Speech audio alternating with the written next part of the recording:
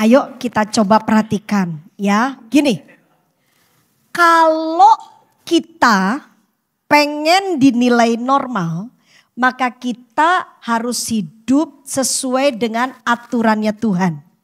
Yang dengar katakan amin. Kalau kamu enggak ikutin aturan Tuhan, maka hidupmu jadi agak sedikit aneh. Ya, bilang kanan kiri, ojo aneh. Ojo aneh. Nah, sekarang apa kata Tuhan tentang kehidupan? Coba lihat dulu Kejadian pasal 2 ayat 18. Multimedia bisa bantu Kejadian pasal 2 ayat 18. Kak V baca ya, Kejadian pasal 2 ayatnya yang ke-18. Firman Tuhan bilang begini.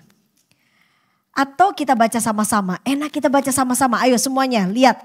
Lihat Alkitabnya, baca sama-sama itu yang kedua ya. Yang siap diberkati katakan amin. 2, 3. Tuhan Allah berfirman. Tidak baik kalau manusia itu seorang diri saja. Aku akan menjadikan penolong baginya yang sepadan dengan dia. Oke. Bisa ditemani ya. Jadi dengar baik-baik. Kejadian pasal 2 ayat 18 itu memberikan kepada kita pengertian. Iya. Oke. Ya, Kejadian pasal 2 ayatnya yang ke-18. Oke ya, kakak dengar dulu ya. Jadi kata Tuhan bilang begini, kalau kita sendirian baik apa enggak di mata Tuhan? Jawab dong. Baik apa enggak? Enggak. Jadi kalau kalian hidup sendiri semuanya serba pokoknya aku. Ya, gak mau punya teman. Berarti di mata Tuhan kita itu kurang baik. Makanya kita harus punya teman. Kalau dalam dunia kalian gak punya teman dan itu pertemanan itu nanti ada tingkatannya. Mulai dari kalian waktu kecil punya teman bermain.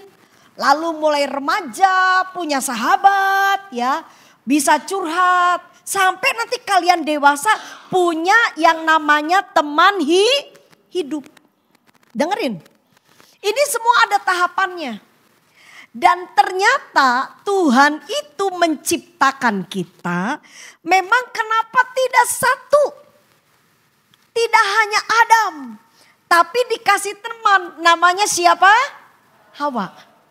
Jadi teman itu sangat penting dalam perjalanan hidup kita. Sekarang bilang kanan kiri. Teman itu penting. Nah, Tuhan itu tahu kalau kalian gak bisa jalan sendiri. Tuhan itu tahu kalau kalian perlu punya teman. Tetapi Tuhan juga gak mau kalian punya teman yang salah. Yang dengar katakan amin. Kenapa? Ini penting ya. Tante V, Kak V itu dulu pernah punya temen. Aduh dia itu waktu masih remaja sangat setia sama Tuhan. Gara-gara dia ketemu temen yang gak bener. Akhirnya waktu dia usia 20 tahun dia meninggalkan Tuhan Yesus. Dan waktu KP lulus SMA ya sekitar usia 19-20 tahun kemudian. Jadi lulus SMA berapa tahun kemudian KP dengar beritanya. Itu temannya KP jadi seorang pelacur. Bayangin. Waktu remaja dia seorang anak Tuhan. Dia karena pergaulan yang tidak baik dia menjadi orang yang jauh dari Tuhan dan akhirnya hidupnya gak beres. Gara-gara seorang teman. Makanya pilih teman itu harus hati-hati. Dari sejak kalian remaja teman untuk ngajak ngobrol nih ya ngobrol gini. Itu wajib kalian perhatikan, temanku itu buat aku lebih baik atau tidak. Jadi menurut firman Tuhan, teman yang dikatakan teman yang dari Tuhan datangnya itu harus buat hidup kita jadi lebih baik. Karena Tuhan bilang gak baik kamu sendirian. Kamu harus punya teman supaya kelihatan baik. Sampai akhirnya Tuhan itu berpikir juga, wah gak bagus iki manusia kalau hidup sendiri. Sampai waktu Tuhan naik ke surga, nah sebelum naik ke surga, Tuhan Yesus itu memberikan satu janji. Karena Tuhan tahu kita gak bisa hidup sendiri. Dikasihlah seorang teman. Teman itu untuk membuat kita jadi lebih baik. Jadi namanya itu seorang penolong. Ayo kita baca sama-sama ayatnya ya. Nah, siapa itu teman kita yang diberikan oleh Allah sendiri kepada kita supaya hidup kita jadi lebih baik? Yohanes 14 ayat 16 sampai 17. Oke teman-teman, adik-adik ayo kita lihat ya. Yohanes 14 ayat 16 sampai 17. Yang siap diberkati katakan amin. Baca lagi rame-rame. 2, 3. Aku akan minta kepada Bapa dan ia akan memberikan kepadamu seorang penolong. Ya, supaya ia menyertai kamu selama-lamanya. Ayat 17, 2, 3. Yaitu roh kebenaran. Dunia tidak dapat menerima dia. Sebab dunia tidak melihat dia. Dan tidak mengenal dia. Tetapi kamu mengenal dia. Sebab ia menyertai kamu dan akan diam di dalam kamu. Dengerin. Kalau kita belajar Alkitab dan kita tahu, oh Tuhan itu suruh aku punya teman. Iya, dengar dulu. Jadi selama kita, ya perhatikan, selama kita perhatikan bagaimana Tuhan itu, oke, iya. Dicatat, sudah dicatat? Iya, Kejadian. Tadi Yohanes ya, Yohanes 14 ayat 17 sampai 18. Dengerin baik-baik. Jadi ketika kita mulai ingin memahami Tuhan itu maunya seperti apa. Oke, semua konsentrasi, semua dengerin KP ya. Oke. Kalau kalian bisa hidup lebih baik, itu berarti anugerah Tuhan. Amin. Dan jangan suka menilai yang negatif sama teman. Oke, sekarang fokus sama KP. Fokus, dengerin baik-baik. Waktu Tuhan bilang, oh kamu harus punya teman.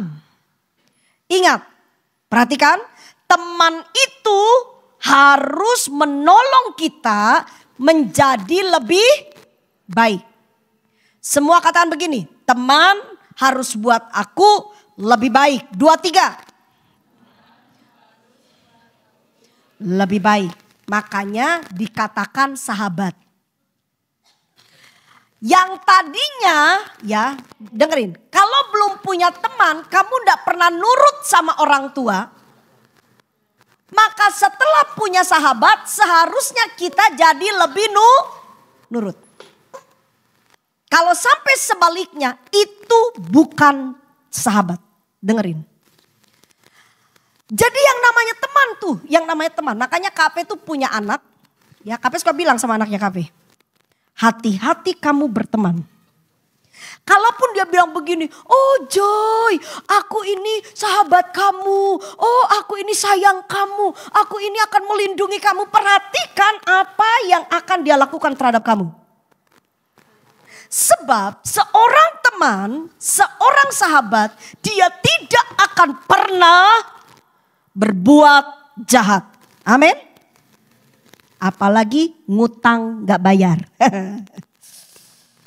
Ya, jadi sahabat itu harus buat kita jadi lebih baik. Oke, sekarang perhatikan ayat pasal 14 ayat 16 tadi. Lihat di Yohanes 14 ayat 16 tadi. Dengar baik-baik. Ayatnya jelas sekali bilang begini. Aku akan meminta kepada Bapa dan Ia akan memberikan kepadamu seorang penolong. Nolong apa Kak V?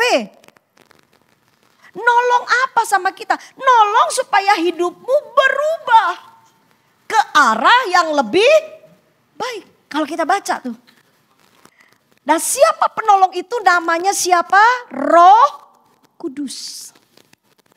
Kalian bicara tentang kerohanian, ini bisa langsung diaplikasikan juga pada kehidupan sehari-hari.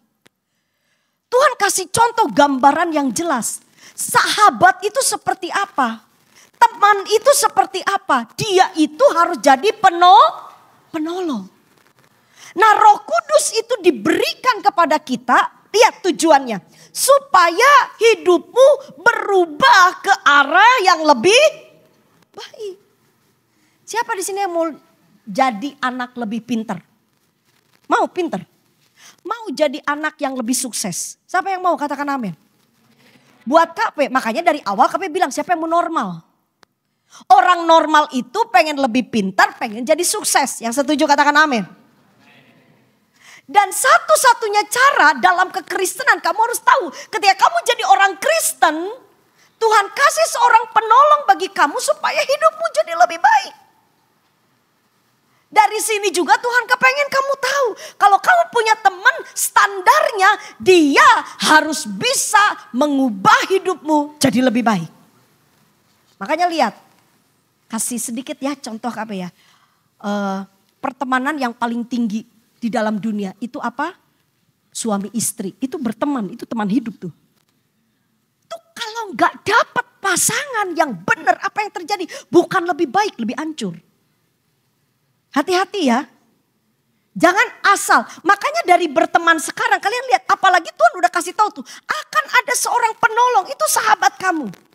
Jadi orang anak Tuhan yang dipimpin oleh Roh Kudus. Yang dikendalikan oleh Roh Kudus. Ciri yang pertama. Hidupnya akan berubah jadi lebih baik. Bukan hanya pintar bahasa roh. Bilang kanan kiri didengerin. Ya. Bahasa roh itu penting karena itu tanda kamu dipenuhkan oleh Roh Kudus. Tetapi supaya Roh Kudus itu bersama-sama dengan kamu, maka ciri yang pertama sebagai sahabat yang baik, dia akan merubah hidupmu jadi lebih baik. Ibadah jadi lebih serius, dah ngobrol, dah main HP. Nah itu Roh Kudus yang bisa kendalikan kita. Siapa di sini kalau baca Alkitab nggak mudeng? Siapa yang pernah baca Alkitab nggak ngerti? Tahu nggak? Yang bisa buat kita paham ketika kita baca ayat firman dan kita bisa ngerti ajaran Tuhan itu adalah karya Roh Kudus. Hanya orang-orang yang hidup bersama dengan Roh Kudus, dia akan ngerti firman dan hidupnya berubah menjadi lebih baik. Makanya ada lagu tuh, lagu lama, tambah hari, tambah apa? Cinta Yesus itu. Nah itu perubahan hidup orang benar. Semakin hari itu semakin baik. Bukan semakin terpuruk, semakin bejat, gak karu-karuan, semakin penipu. Ada gak bagus. Tapi yang dikendalikan oleh Roh Kudus semakin tua, semakin bersinar. Yang terakhir, yang kedua. Dengerin. Ciri ya, kita mau kenali nih Roh Kudus. Nanti kalian ke depan akan diajar lagi sama hamba-hamba Tuhan yang lain ya. Tante-tante, om-om yang lain. Yang akan memberikan kalian pengertian lebih dalam tentang Roh Kudus. Jadi sekali lagi, ciri yang pertama orang kalau dikendalikan oleh Roh Kudus hidupnya berubah ke arah yang lebih baik. Kedua, coba lihat ayat yang ke-17. Lihat ayat 17. Yaitu roh apa? Kebenaran. Perhatikan. Dunia tidak dapat menerima dia sebab dunia tidak melihat dia. Jadi yang kedua yang kita perlu pelajari. Selain Roh Kudus itu akan mengubah kita menjadi pribadi yang lebih baik. Maka Roh Kudus itu adalah roh kebenaran. Sama-sama dengan KP bilang begini. Benar. 2, 3. Bantu KP khotbah bilang kanan kiri sing bener. Gitu lah. Itu toh. Penolong Itu bicara kita ditolong, diubahkan menjadi lebih baik. Kebenaran itu membuat hidup kita jadi berkenan di mata Tuhan. Siapa di sini yang kepengen masa depanmu baik, katakan amin. Dengar. KP pengen kalian dengar. Ini sebelum KP tutup renungan firman ini. Dengerin baik-baik. Waktu Kak V lahir itu kan cacat. Benar-benar IQ jongkok. Bodoh banget Kak V. Kedua, Kak V punya akar pahit sama orang tua. Itu sampai Kak V jadi anak remaja pemberontak. Sampai pernah terbersit di logikanya Kak V, di pikirannya Kak V pengen bunuh. Bayangin tuh, saking sakit dan pahitnya sama orang tua. Itu kehidupan KP yang rusak, benar-benar rusak. Ngomong gak lancar, jangankan nyanyi, ngomong aja fales. Sekolah gak benar, ya. Terus karena itu kepahitan, jadi kalau lihat itu orang di mana aja pahit KP.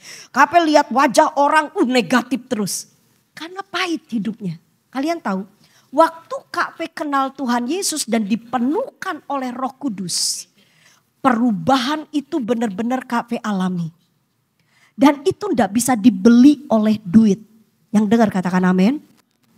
Ketika Roh Kudus bekerja, itu bukan hanya mengubah kita jadi orang yang tadinya jahat jadi baik. No.